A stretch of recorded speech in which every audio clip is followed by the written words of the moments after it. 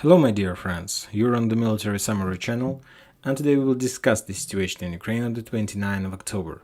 Today we have a lot of updates, so let's start. And first we're going to discuss Crimea, to be more precise, the Ukrainian attempt to attack the Russian fleet in this area. As you can see, there are a lot of icons in this area. I believe that you saw a lot of videos from this area. Today, the Ministry of Defense of Russian Federation gave us a report during the day, and the Russians reported that at 4:20 a.m. of local time, the Ukrainians made an attempt to attack the Russian fleet in this area, in this port. This is the military report, and not just the military report, and civilian port as well. The Russians says that the Ukrainians used around 9 drones, air drones, that were trying to attack or maybe to navigate or something like this. And also the Ukrainians were using 7 submarine drones. And all of these drones were destroyed. As a result of that attack, the Ukrainians managed to attack just a few boats, Russian boats. According to the Russian source, just 2 boats they managed to attack to deal some damage. But everything is fine. The Russian fleet is everything is okay, ready to go. Later, the Russians reported that they said that 73rd Special Center was involved in this operation, were planned and developed this operation by control and support of United Kingdom intelligence. The Russians reported that Ukrainians were using Achakov, this town, this area, is the main base where that 73rd Special Center is located, and where the main trainings by the United Kingdom intelligence were done. So the Ukrainians sent some fleet in this area, sent the drones, and they attacked the fleet. There are a lot of questions about this operation. As you can see, the Ukrainians didn't achieve any success, just small damage to not so important ships in this area. But if we're talking about the Russians, they did one important thing. They they closed the grain deal. And start because of the fact that the Russians are saying that the ships that were attacked by the Ukrainians, the Russians used those ships as ships who were supplying and supporting the ships from Odessa area, the security part was covered by those ships. So the Russians reported because of the fact that these ships were attacked by the Ukrainians. Now they are no longer able to provide security for the ships from Odessa ports that are heading in direction of, let's say, Turkey and so on. So this is the reason why the Russians decided to stop following this deal. And we understand that if the Russians stop, that means that the entire deal is closed. There are a lot of questions, and the most important one that the Russians managed to provide information about the training center, about the fact that United Kingdom intelligence were involved in this operation and so on.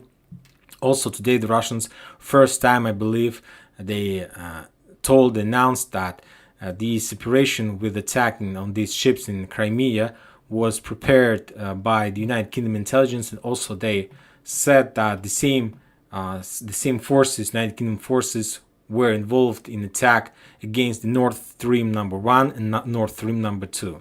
The Russians called this attack like a terrorist attack. Furthermore, during the day, the south of the Black Sea was controlled by the Global Hawk drone, the United States drone, and the Russians, I believe that this drone, the main goal or job of this drone was to provide the necessary aimings and the coordinating of these drones that were attacking the Russian port. The thing is that my understanding of the situation, that the Russians knew about this operation. If you remember, the Russians wanted to cancel this grain deal for a very long time ago for many reasons, and one of the most important reasons is that according to that deal, the Russians were supposed to be able to sell their own grain as well. But as we know, starting this grain deal, the Russians couldn't send even one package of the grain. So that's why they were planning to stop this deal.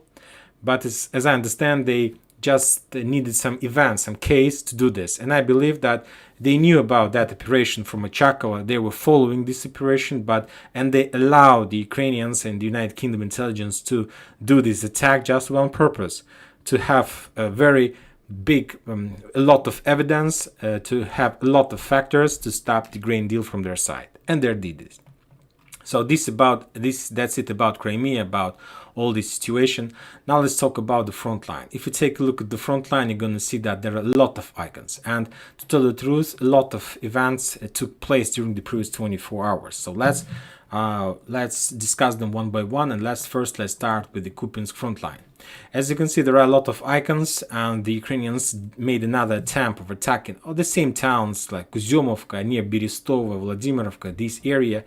They were defeated, and as a result of that attack, the Ukraine lost around 70 soldiers and something around 15 armored vehicles. Furthermore, the Russians made very interesting attack in Kharkiv area, in the town by the name of Staroverovka. As you can see, this is the place that located on the Ukrainian side of Oskol River. This is the place where the Ukrainians accumulated the reserves, artillery system, and so on. And the Russians reported that as a result of their attack, they managed to destroy up to 2 HIMARS systems, 4 tanks, 15 armored vehicles, and I believe that something around 43 soldiers, whose main job was, I believe, to protect or to defend these systems and so on. So you can see the Ukrainian losses on the north are very high. And the most important, that they lost 2 HIMARS system. Furthermore, as you can see, the Russians attacked few headquarters in this area.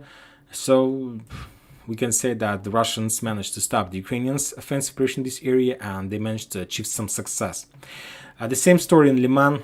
The Ukrainians made another attempt to attack Chernovano-Popovka in this area, but their attempt failed. They lost around 70 soldiers and something around 7 armored vehicles, and today we haven't received any updates about any progress from the Ukrainian side. Now we are moving to the Solidar-Bakhmut area. Today there was very heavy clashes between Atradovka and Opytna. As you know, the Russians are storming Opytna from at least 3 sides, from the south, from the east, and the Ukrainians moved their 72nd Mechanized Brigade, their special forces, and the Ukrainians made another attempt just to pin down the Russians and to make some counter-offensive operation in direction of Wagner positions. The Russians reported that the Ukrainians were stopped and were forced to move back, but I believe that the Ukrainians did the job they needed to do, and of course their main job was to stop the Russians and doing the active type of defense, to stop the Russians and not to allow them to develop their offensive operation and develop their bridgehead. And this is because of the fact that the Russians achieved a lot of success in Bakhmutska, in this town, in this small bag. During the previous week, the Russians were made few attempts of storming this area, and today we got another update that they managed to achieve some success in this area. So that's why the Ukrainians, they understand that they need to use active type of defense, like by doing counter-offensive operation all along the front line. So they made another attempt of that on this front line. I haven't received any, don't have any numbers or any reports about the losses, but anyways, you can see the front line hasn't been changed, so that means I believe that Ukrainians managed to stop or pin down the Russians in this area, so they couldn't achieve their develop their bridgehead. Now we are moving to Donetsk, and as you can see, there are a lot of icons. Of course, there are the same icons that the Ukrainians are storming or are shelling Donetsk with artillery and so on. Today we got another updates and confirmation of the fact that the Russians got control over Vadiana.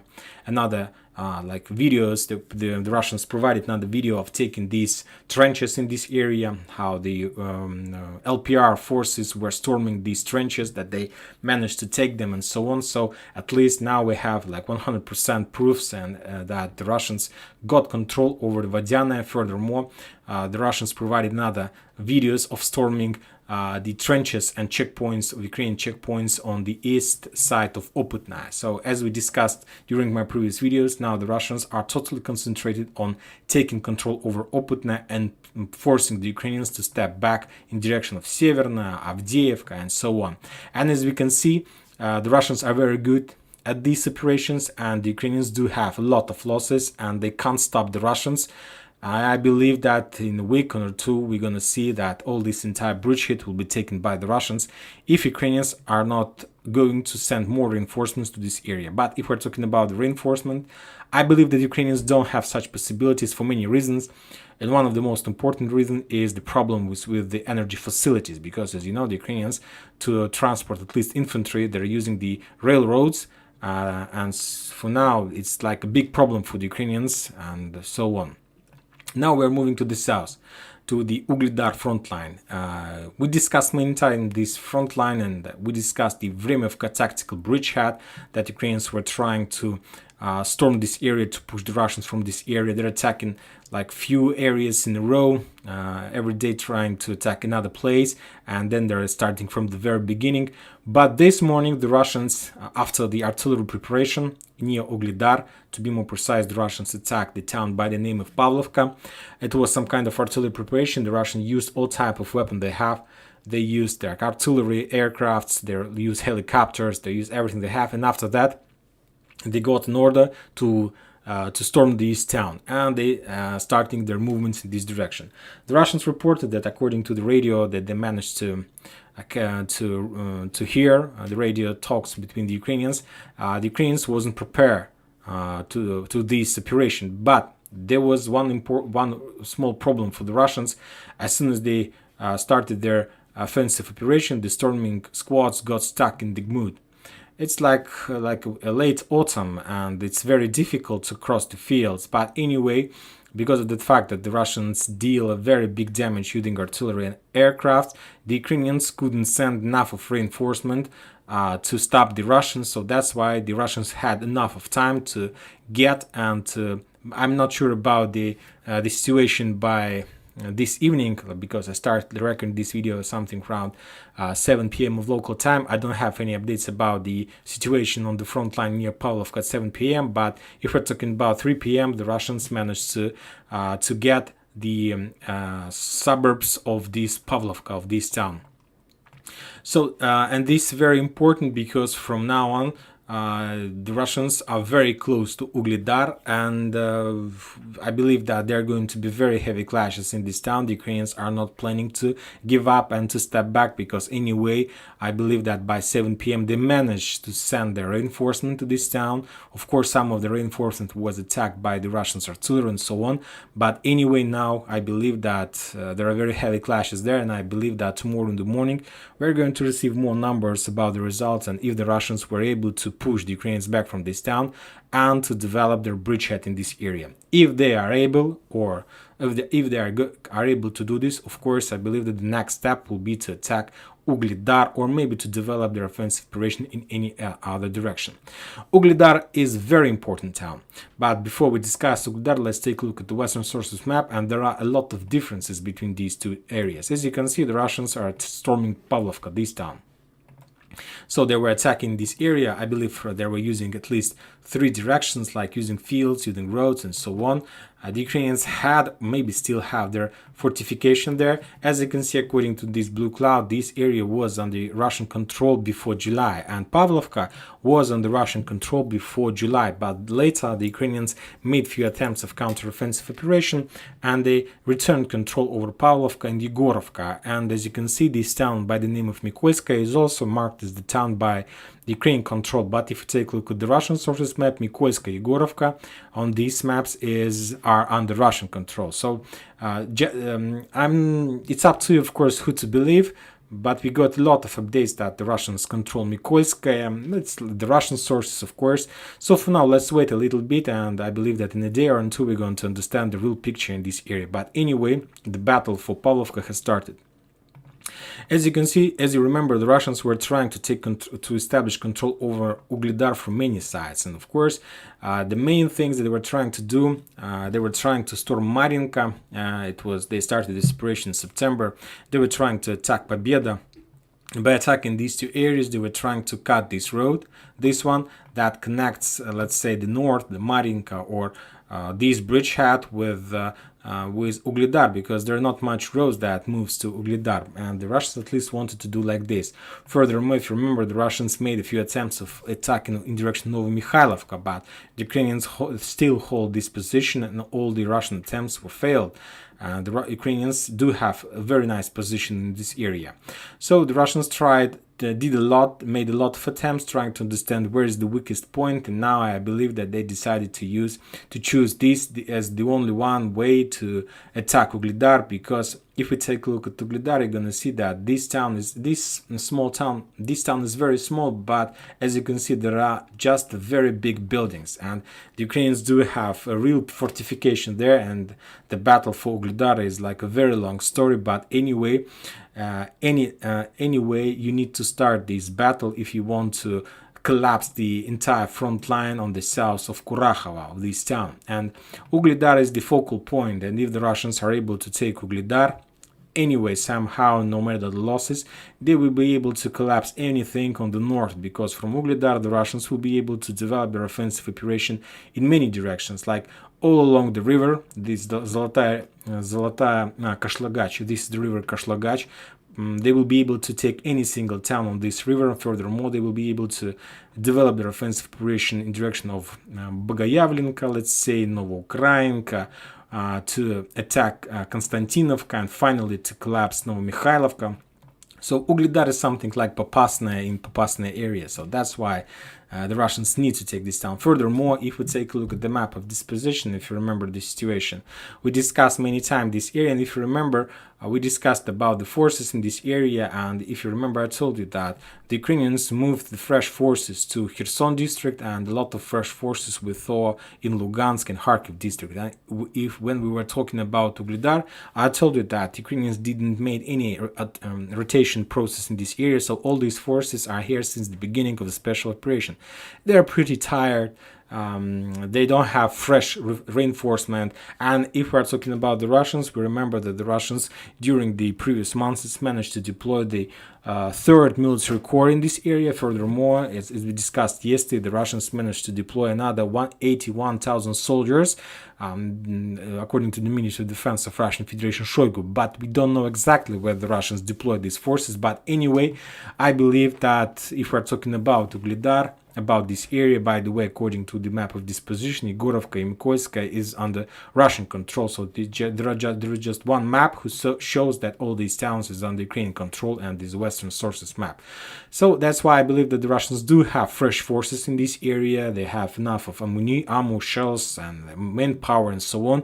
So they are ready, and I believe that they will complete this mission, and they will take Pavlovka the next days if the Ukrainians maybe they have their own plan for these purposes. So let's just wait and follow a little bit, and we will see the result of that operation. If we're talking about Orekhov Gulay Polya, there are no changes in this area. The front line is stable. So let's see what's going to be next. Now we're moving to the Nikolaev Kryvyi Rog area. As you can see, there are some icons in this area. The Russian sources map are showing the same picture, that there are a lot of icons in this area. There are very heavy clashes. The Ukrainians did the same, made the same attempts of attacking the Russians, but they were defeated, and they lost around 60 soldiers and something around 29 vehicles, including tanks, just cars, trucks, and so on. Furthermore, the Russians reported that they destroyed at least 2 M777 artillery systems. They shut down a lot of drones in this area, and as you can see, we see the main area of the heavy clashes, and this is exactly the area where the Ukrainians moved their fresh forces before the upcoming final battle for Kherson. And today there was a report, today maybe yesterday, from the head of the Ukrainian intelligence, and he told that the battle for Kherson will be ended somewhere at the end of November. So I believe that Ukrainians still have plans to attack. And this is also the reason why the beginning of storming of Pavlovka is so important right now, because during some period of time, some months, the Ukrainians have some initiative on the front lines. They were saying what they're planning to do, where they're planning to attack next. So I believe that this attack in direction of Pavlovka may ruin some Ukrainian plans, because they have completed the process of regrouping. We saw that on the deployment map. They moved a lot of forces, fresh forces to Kherson. They moved a lot of fresh forces to the Kharkiv area. They made some regrouping here, but they didn't expect, at least Nowadays, the Russians are saying that Ukrainians expected some offensive operation from the Russian side, but they didn't expect this offensive operation today.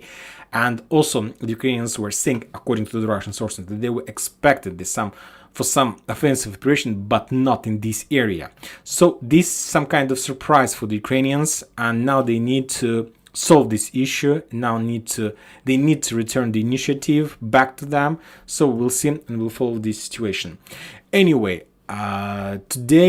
yesterday in the evening, I saw the most important update from the Russian side, from the Russian sources, is that the Russians started the process of how to say in English, of collecting the blood one more time. They published a lot of advertisement in such towns like Moscow, the biggest town in Russian Federation, St. Petersburg, and they're asking people to come to the centers and to give their own blood. And we understand if the Russians started such a process, that means that soon they're planning to start a very powerful offensive operation, and of course they need a lot of blood to support and to reduce their losses. And I believe that during November, no matter that this is a very cold period of year, I believe that we're going to see a very hot phase of this special operation that will determine the next year, or at least the first quarter of the next year, or something like this. And that's it for today. Military Summary channel reminds you can condemn any violence in Ukraine. Thank you for watching. Subscribe to my channel, put your likes, join my Patreon, and have a good day. Bye bye.